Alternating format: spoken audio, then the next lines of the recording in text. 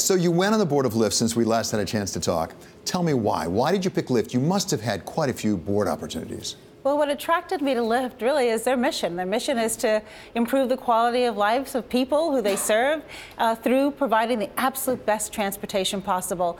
I chaired the board of the Chicago Transit Authority for 8 years, so I know a lot about how transportation fits into the fabric of our urban environment and can improve it. And I think that their core values and the way that they're running their business is going to make people's lives better.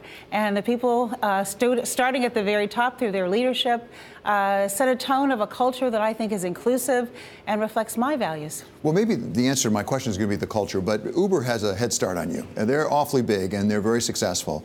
How can you compete against Uber? What's your comparative advantage at Lyft? Well, I think a lot of it is the way we serve our customers, trying to make sure that safety is first and that we also are taking good care of our drivers. Over the first few months of the year, I rode Lyft all the time, and I talked to the drivers and I said, why Lyft? And they say, we're treated well, we're paid well, we have flexibility, we can set our own hours. And I thought that that spoke volumes of the company. Now, they made a lot of progress. It took them 4 years to reach 100 million customers, right? That's a pretty big number. And now, in the last 3 months, that's what we've done. So they are growing exponentially.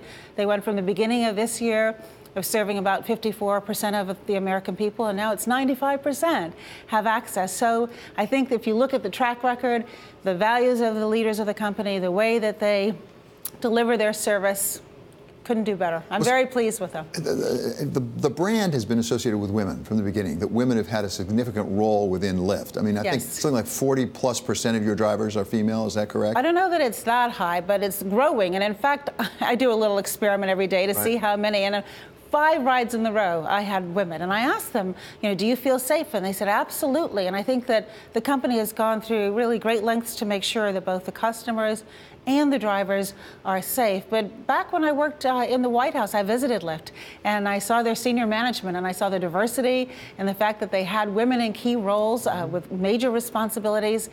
And so I think they cut against the grain of the tech reputation that isn't as inclusive of women as it should be. And they do it because they think they'll provide better service that way.